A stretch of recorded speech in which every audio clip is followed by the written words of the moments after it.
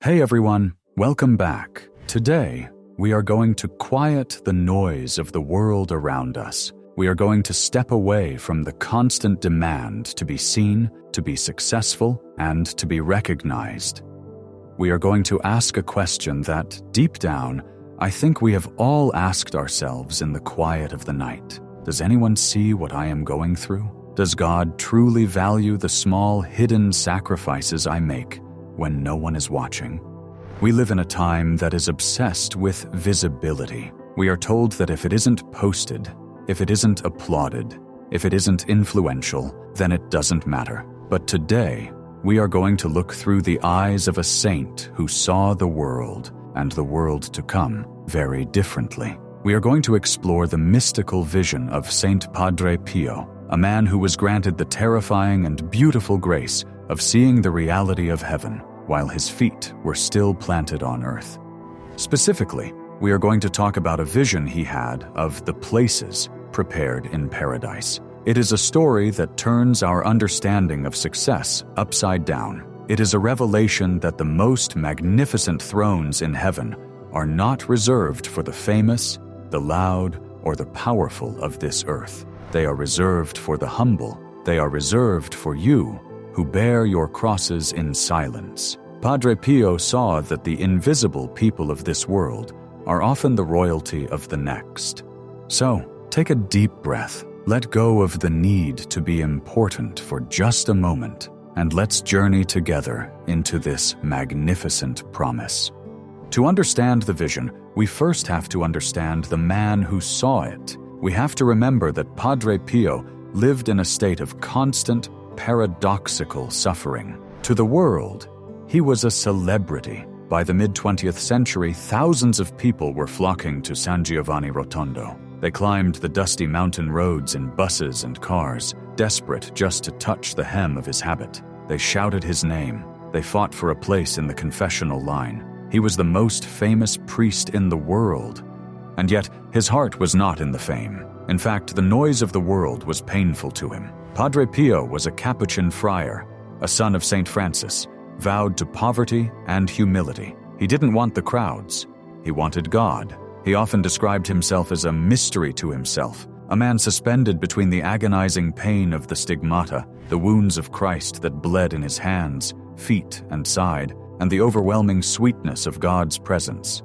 He lived in two worlds simultaneously. He would be distributing Holy Communion, and witnesses would say his face would change. He would pause, tears streaming down his cheeks, staring at something no one else could see. He wasn't just remembering Jesus. He was seeing him. He wasn't just thinking about heaven. He was, in a mystical sense, breathing its air.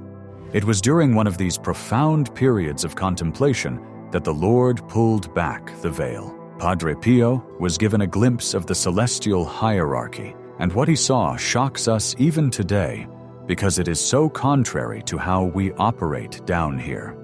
In this vision, Padre Pio was taken in spirit to the entrance of paradise. We must understand, human language always fails to describe these things. Pio himself said that trying to describe heaven with human words is like trying to describe the colors of a sunrise to a man who has been blind since birth.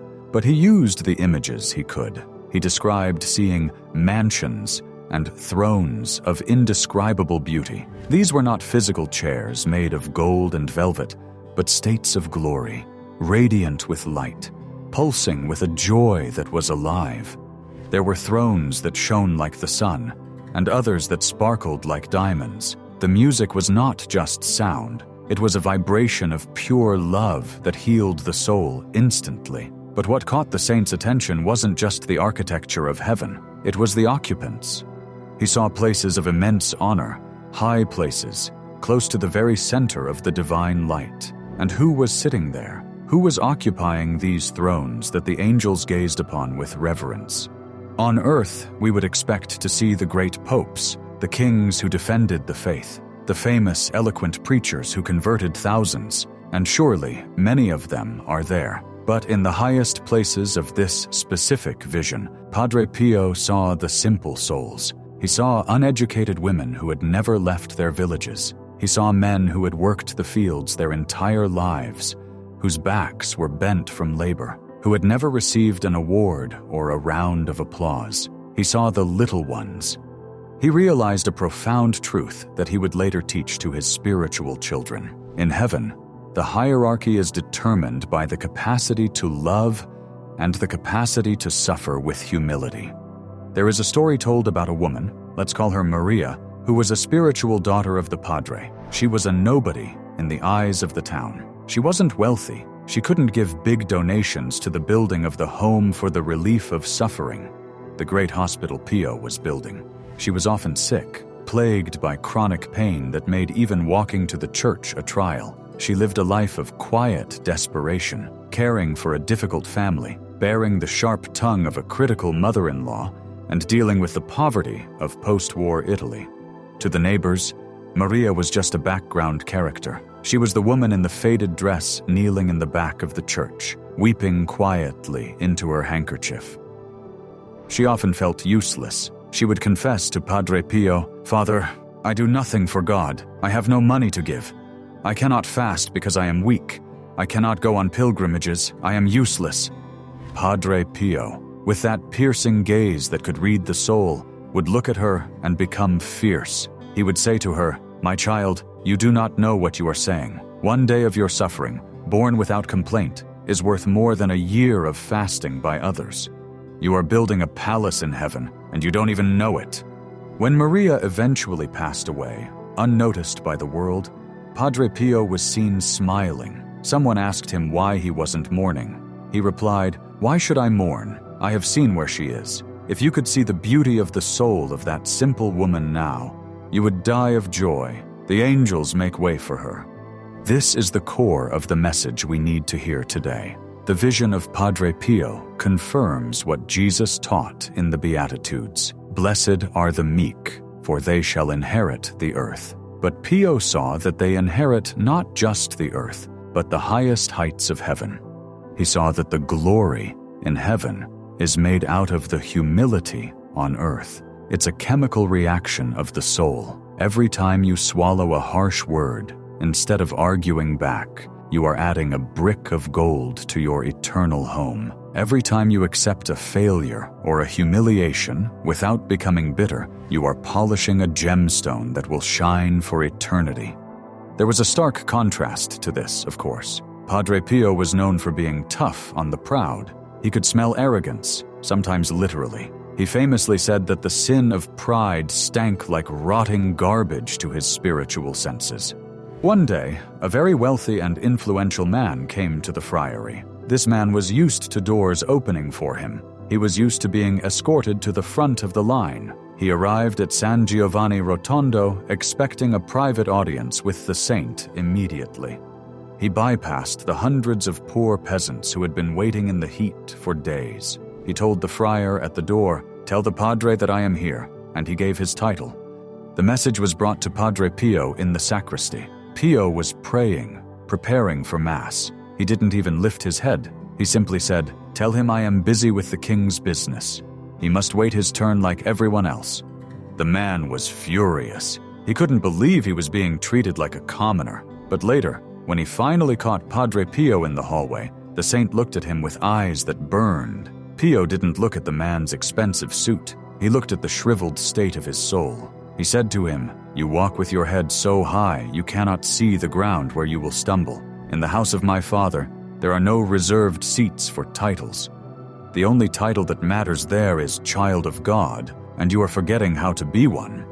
This is the scary part of the vision, but also the liberating part. The things we stress about, our reputation, our career status, how many people admire us, Padre Pio saw that these things evaporate the moment we take our last breath. They are like mist. If they are not rooted in love, they vanish.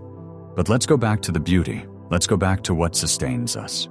Padre Pio often spoke about the payment God gives. He used that word, payment, but he meant it in a spiritual sense. He said, "If you knew the reward that awaits you, you would be drunk with joy. You would ask for more suffering, not less, just to increase the capacity for that love." He described the place prepared for the humble as a place of total visibility. Think about that for a second. We often feel invisible here. You do the dishes, and no one says thank you. You work late to help a colleague, and they take the credit. You pray for your children for 20 years, and they seem to drift further away. You feel invisible. In Pio's vision of heaven, the humble soul is the most visible. Why? Because God is light, and humility is like a clear window. The less ego you have, the less self blocking the way, the more God's light can shine through you. The proud person is like a brick wall. They are full of themselves, so no light gets through. The humble person is transparent. So in heaven, the humble souls are the ones that shine the brightest because they allow God to shine through them completely.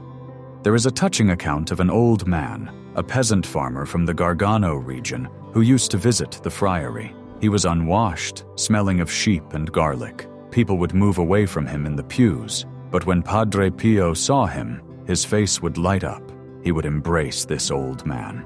One of the other friars, perhaps a bit scandalized by the smell, asked Pio, "Father, how can you stand that?" Padre Pio looked at the friar with deep sadness for his blindness and said, "My son, do not look at the dirt on his coat. Look at the cathedral in his soul. That man says more Hail Marys while herding his sheep than we do in the choir. When he dies, I tell you, the Virgin herself will come to collect him."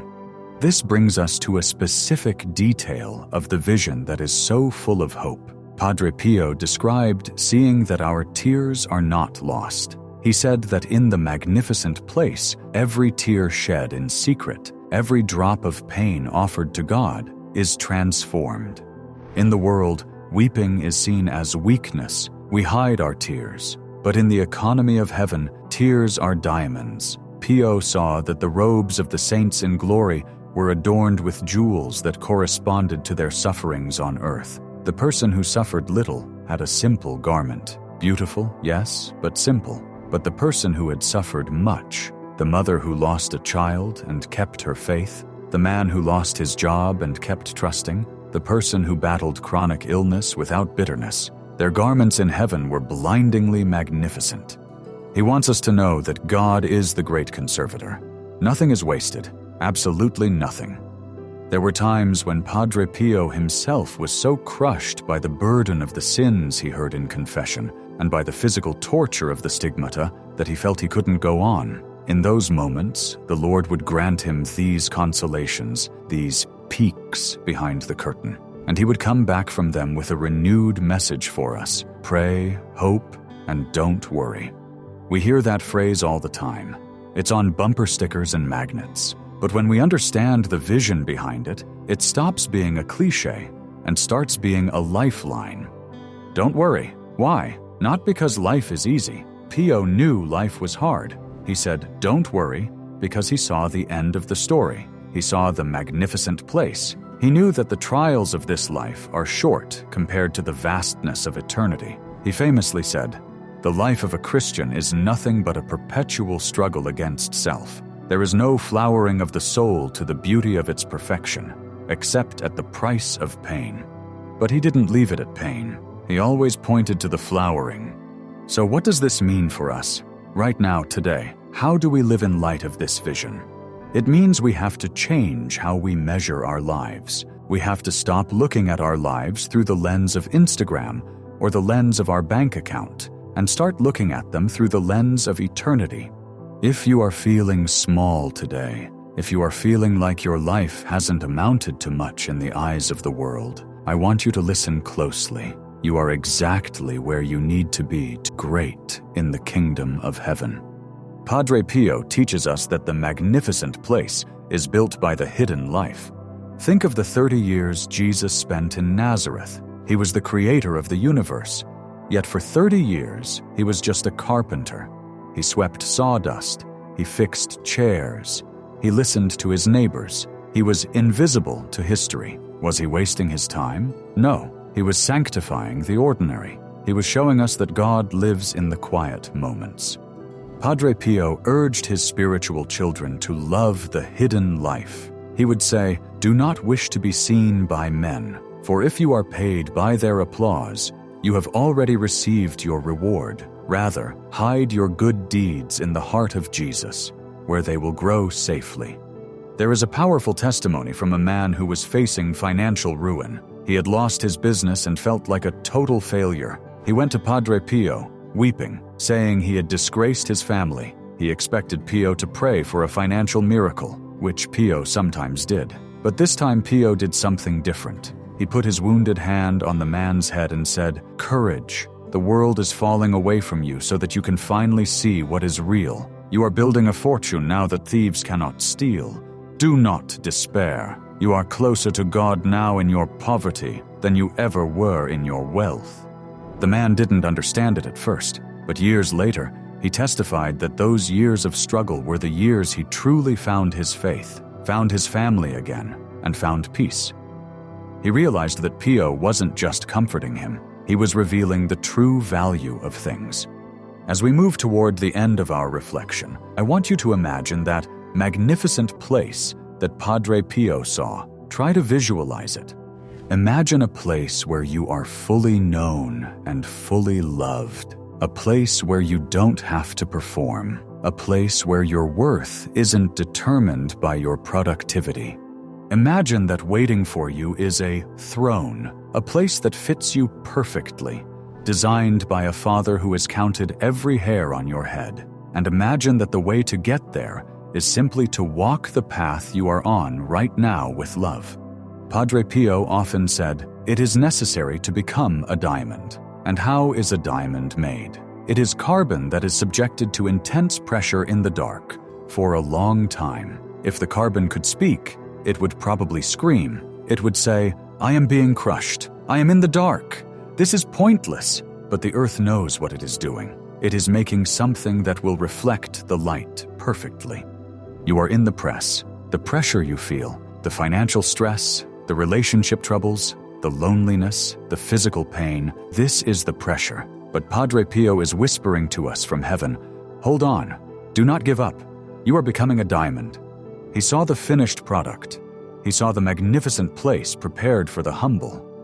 He saw that the people who are mocked by the world for being too religious or too simple or too weak are the ones who will judge the angels.